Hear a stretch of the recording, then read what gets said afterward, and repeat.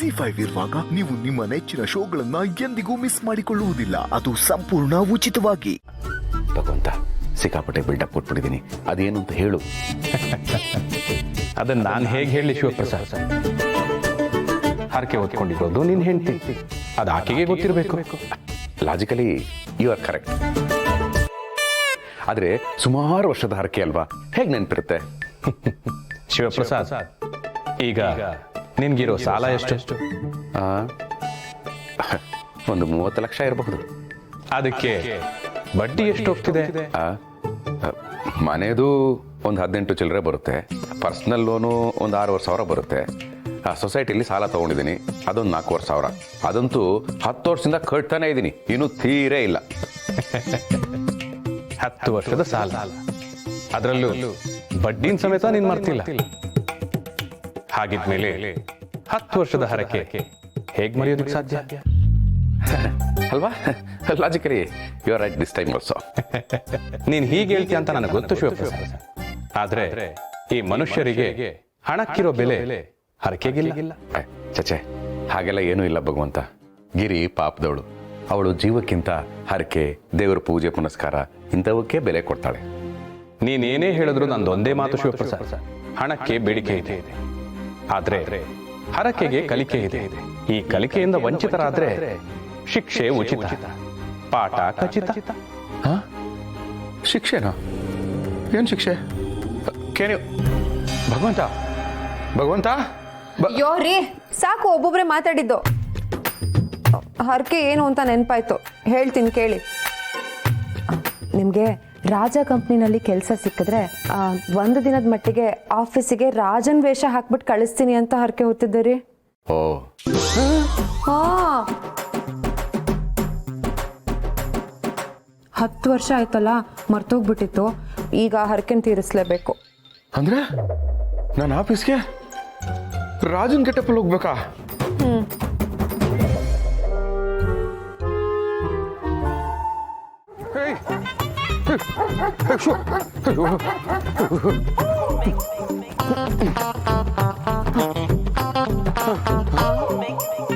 ಸದ್ಯ ಹೋಯ್ತು. ಏನ್ ಕರ್ಮಾಗಿರಿ ಇದು. ಬೀದಿ ಬೀದಿಲಿ ಜನ ನನ್ನ ಹಿಂದೆ ಸೆಲ್ಫಿ ಕೊಡಿ ಅಂತ ಅಟ್ಟಿಸ್ಕೊಂಡ್ಬರ್ತಾರೆ ಅಂತ ಅನ್ಕೊಂಡಿದ್ದೆ. ಆದರೆ ಈ ಥರ ನಾಯಿಗಳು ನನ್ನ ಅಟ್ಟಿಸ್ಕೊಂಡ್ಬರುತ್ತೆ ಅಂತ ನಾನು ಎಕ್ಸ್ಪೆಕ್ಟೇ ಮಾಡಿರಲಿಲ್ಲ. ಸೆಲ್ಫ್ ಸೂಸೈಡ್ ಅಂದರೆ ಇದೇನಾ? ಅಯ್ಯೋ ಗಿರಿ, ನೀನು ಬರೀ ರಾಜನ್ ಥರ ಅಂತ ಅರ್ಸ್ಕೋಬಾರ್ದಾಗಿತ್ತು, ರಾಜ ವಿತ್ ಸ್ಟಾಫ್ ಅಂತ ಅರ್ಸ್ಕೋಬೇಕಾಗಿತ್ತು. ಆಗ ಅಕ್ಕಪಕ್ಕದಲ್ಲಿ ಲೇಡೀಸು ನವಿಲ್ಗರಿ ಫ್ಯಾನ್ ಇಟ್ಕೊಂಡು ಗಾಳಿ ಬೀಸಿರೋರು, ಬ್ಯಾಕ್ಗ್ರೌಂಡಲ್ಲಿ ರಾಜಾದಿರಾಜ ರಾಜ ಮಾರ್ತಾಂಡ ಅಂತ ಬಹುಪರಾಗಿ ಕೇಳಿಸಿರೋದು. ಅದೇನು ಅರ್ಸ್ಕೊಂಡಿದೆಯೋ ಏನೋ, ನಿನ್ನ ಹರಕೆ ಈ ನಾಯಿಗಳಿಗೇ ಪ್ರೀತಿ. ನಾಯಿಗಳು ಅಟ್ಟಿಸ್ಕೊಂಬಂದಿದ್ದ ಸ್ಪೀಡ್ಗೆ ಗಾಡಿ ಎಲ್ಲೋ ಬಿದ್ದಿದೆ, ಬಾಡಿ ಇಲ್ಲಿ ಬಂದು ನಿಂತಿದೆ.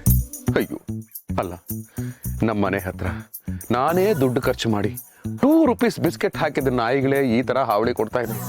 ಇನ್ನು ಆಫೀಸಲ್ಲಿ ಅದು ಯಾವ್ಯಾವ ನಾಯಿ ಯಾವ್ಯಾವ ಥರ ಹಾವಳಿ ಕೊಡುತ್ತೋ ಏನೋ. ಭಗವಂತ, ಯಾವುದಾದ್ರೂ ಒಂದು ರೂಪದಲ್ಲಿ ಬಂದು ಈ ಹಾವಳಿಯಿಂದ ನನ್ನನ್ನು ಕಾಪಾಡಬಾರ್ದಾ? ಬಂದೆ ಶಿವ ಅವರೇ. ಓ ಭಗವಂತ, ಏನ್ ಭಗವಂತ ಇವತ್ತು ಕಾಶಿ ಅವ್ರ ರೂಪದಲ್ಲಿ ಬಂದಿದ್ಯಾ? ಭಗವಂತ, ಕಾಶಿ ಅವ್ರ ರೂಪ ಎಂತ ಶಿವ ಅವರೇ, ಎಂತೆಂಥದ್ದು ಮಾತಾಡ್ತಿದ್ರಿ. ನಾನು ಮರ್ರೆ ಕೇರಾಡಿ ಕಾಶಿನಾಥ. ಕೆರಾಡಿ ಕಾಶಿನಾಥ ನೀವಾ? ಏನಿದು ಕೈಯಲ್ಲಿ ಲಗೇಜು? ಓಹ್ ಇದಾ ಶಿವರೇ, ಈ ಹೆಂಡತಿಯರು ಯಾವ ನಮ್ನಿ ಟಾರ್ಚರ್ ಕೊಡ್ತಾರಂದೇಳಿ ನಂಗೆ ಸಮ ಗೊತ್ತಿತ್ತು ಮರ್ರೆ.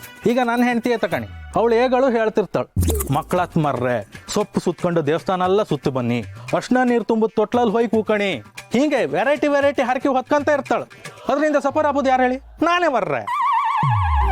ಅದಕ್ಕೆ ನಿಮಗೂ ಇದೇ ನಮ್ಮನಿ ಸಮಸ್ಯೆ ಆಗ್ತಂದಳಿಯೇ ನಾನು ಬಂದದ್ದು. ತಗಣಿ, ಇದ್ರಲ್ಲಿ ನಿಮ್ಮದೇ ಬಟ್ಟೆ ಇತ್ತು, ಇಲ್ಲೇ ಯಾವುದಾದ್ರೂ ಪಬ್ಲಿಕ್ ಟಾಯ್ಲೆಟಿಗೆ ಹೋಗಿ ಡ್ರೆಸ್ ಚೇಂಜ್ ಮಾಡ್ಕೊಂಡು ಆಫೀಸಿಗೆ ಹೋಯ್ನಿ, ಆಫೀಸಿಂದ ಬಂದ್ರು ಕೂಡಲೇ ಮತ್ತೆ ಡ್ರೆಸ್ ಚೇಂಜ್ ಮಾಡ್ಕೊಂಡು ರಾಜನ್ ಗೆಟಪ್ ಹಾಕೊಂಡು ಮನೆಗೆ ಹೋಯ್ನಿ. ಹೇಗೆ? ಆಹಾ, ನಿಮ್ಮ ಈ ಕಾಳಜಿಗೆ ನನ್ನ ತುಂಬ ಹೃದಯದ ಧನ್ಯವಾದಗಳು ಕಾಶಿಯವರೇ. ಆದ್ರೆ ವಿಷಯ ಏನು ಗೊತ್ತಾ, ನನ್ನ ಗಿರಿ ಏನೇ ಮಾಡಿದ್ರು ನನಗೋಸ್ಕರ ಮಾಡ್ತಾಳೆ, ನನಗೆ ಒಳ್ಳೇದಾಗ್ಲಿ ಅಂತಾನೇ ಮಾಡ್ತಾಳೆ. If dog barks will it spoil Devaloka. ಅಂದ್ರೆ ನಾಯಿ ಬಗಳಿದ್ರೆ ದೇವಲೋಕ ಹಾಳಾಗತ್ತಾ ಅಂತ ಹಿರಿಯರು ಹೇಳ್ತಾ ಇರ್ತಾರಲ್ಲ, ಆ ಮಾತಿನ ಅರ್ಥ ನನಗೆ ಇವತ್ತು ಗೊತ್ತಾಯ್ತು. ದೇವತೆ ಅಂತ ನನ್ನ ಹೆಂಡತಿ ನನಗೋಸ್ಕರ ಹರಿಸ್ಕೊಂಡಿದ್ದಾಳೆ. ನಾನು ಚೆನ್ನಾಗಿದ್ರೆ ನಮ್ಮನೇನೆ ದೇವಲೋಕ ಆಗುತ್ತೆ ಅನ್ನೋ ನಂಬಿಕೆ ಅವಳಿಗೆ. ಅಂಥದ್ರಲ್ಲಿ ನಾಯಿ ಬೊಗಳ್ತು, ನಾಯಿ ಅಟ್ಟಿಸ್ಕೊಂಬಂತು ಅಂತ ತಲೆ ಕೆಡಿಸ್ಕೊಳಕ್ಕಾಗತ್ತಾ? ಇಲ್ಲ, ನಾನು ಇದೇ ಬಟ್ಟೆಲೆ ಹೋಗ್ತೀನಿ, ಇದೇ ಬಟ್ಟೆಲೆ ವಾಪಸ್ ಬರ್ತೀನಿ. ಸ್ವಲ್ಪ ಪ್ರಾಬ್ಲಮ್ ಆಗ್ಬೋದು, ಆದರೆ ಅಡ್ಜಸ್ಟ್ ಮಾಡ್ಕೊಂಡ್ರಾಯ್ತು. ಗಂಡಂದ್ರು ಹೆಂಡ್ತಿರು ಮಾತು ಕೇಳಿದಾಗ ಅವ್ರಿಗಾಗೋ ಖುಷಿನೇ ಬೇರೆ. ಬರ್ತೀನಿ. ಕಾಶಿ ಅವರೇ, ನೀವು ಪೊಲೀಸ್ ಅಲ್ವಾ? ನಿಮಗೂ ನಾಯಿ ಕಂಡ್ರೆ ಭಯನಾ? ನಂಗೇನು ಹೆದರಿಕೆ ಇಲ್ಲಪ್ಪ. ಹಾಗಾದ್ರೆ 3ನೇ ಕ್ರಾಸಲ್ಲಿ ನನ್ನ ಗಾಡಿ ಮಲ್ಕೊಂಡಿದ್ದೆ, ಮನೆಗೆ ತಲುಪಿಸ್ತೀರಾ? ಅಯ್ಯ ಅಬ್ಬ್ಯ, ನಾಯಿ ಬೆರ್ಸ್ಕೊ ಬಂದರೆ ಕಂಪೌಂಡ್ ಹಾರೋರ್ನ ಕಂಡಿದ್ದೆ ಮರ್ರೆ. ಆದ್ರೆ ನೀವು 3ನೇ ಕ್ರಾಸಿಂದ 13ನೇ ಕ್ರಾಸ್ವರೆಗೂ ಹಾರ್ಕೊ ಬಂದಿರಿ ಅಲ್ಲ ಮರ್ರೆ. Really you are great. ಅಡ್ಡಿಲ್ಲ, ತಲುಪಿಸ್ತೆ. Thank you. ಈ ನಿಮ್ಮ ಋಣನ ನೀವು ಮನೆಗೆ ಗಾಡಿ ತಲುಪಿಸೋವರೆಗೂ ಮರೆಯಲ್ಲ. ಏ ಭಗವಂತ, ಹಿಂಗೂ ಆಗ್ತ. ಅಂತೂ ಇವರು ರಾಜನ್ ಬಟ್ಟೆ ಹಾಕೊಂಡು ಹೋದ್ರು. ಎಲ್ಲಿ ಬೇಡ ಅಂತ ಹೇಳ್ಬಿಡ್ತಾರೋ ಅಂದ್ಕೊಂಡಿದ್ದೆ. ಸದ್ಯ ನಾನು ಅಂದ್ಕೊಂಡಿದ್ದ ಹರಕೆ ತೀರ್ತಲ್ಲ, ಅಷ್ಟು ಸಾಕು. ತೀರಿಲ್ಲ, ಇನ್ನೂ ತೀರಿಲ್ಲ.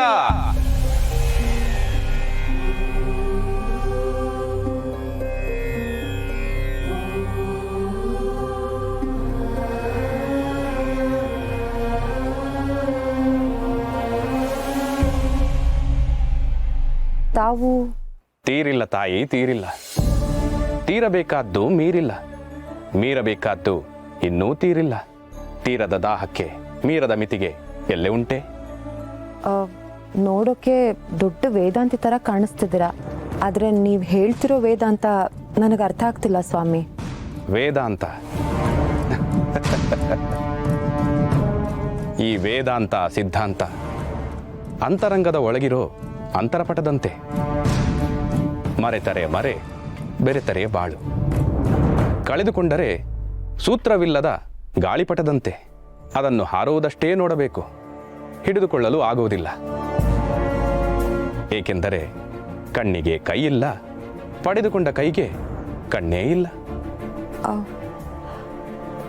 ಅಯ್ಯೋ ದೇವ್ರೆ, ನೀವೇನೋ ಹೇಳ್ತಿದ್ದೀರಾ, ತುಂಬ ಗಂಭೀರವಾದ ವಿಷಯ ಅಂತ ಗೊತ್ತಾಗ್ತಿದೆ, ಆದರೆ ಏನು ಅಂತ ಅರ್ಥ ಆಗ್ತಿಲ್ಲ. ದಯವಿಟ್ಟು ಸ್ವಲ್ಪ ಬಿಡಿಸಿ ಹೇಳಿ. ಇಟ್ಟುಕೊಂಡ ಕನಸಿಗೆ ಕಟ್ಟಿಕೊಂಡ ಹರಕೆ. ಆದರೆ ಇಂದು ತೀರಿದ್ದು ತೀರಬೇಕಾದ ಹರಕೆಯಲ್ಲ.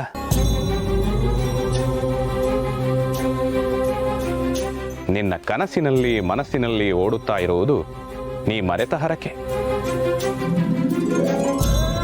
ಅಂದರೆ ನನ್ನ ಗಂಡನ ನಾನು ವೇಷ ಹಾಕಿ ಕಳಿಸಿದ್ದು ಬೇರೆ ಹರಕೆನಾ?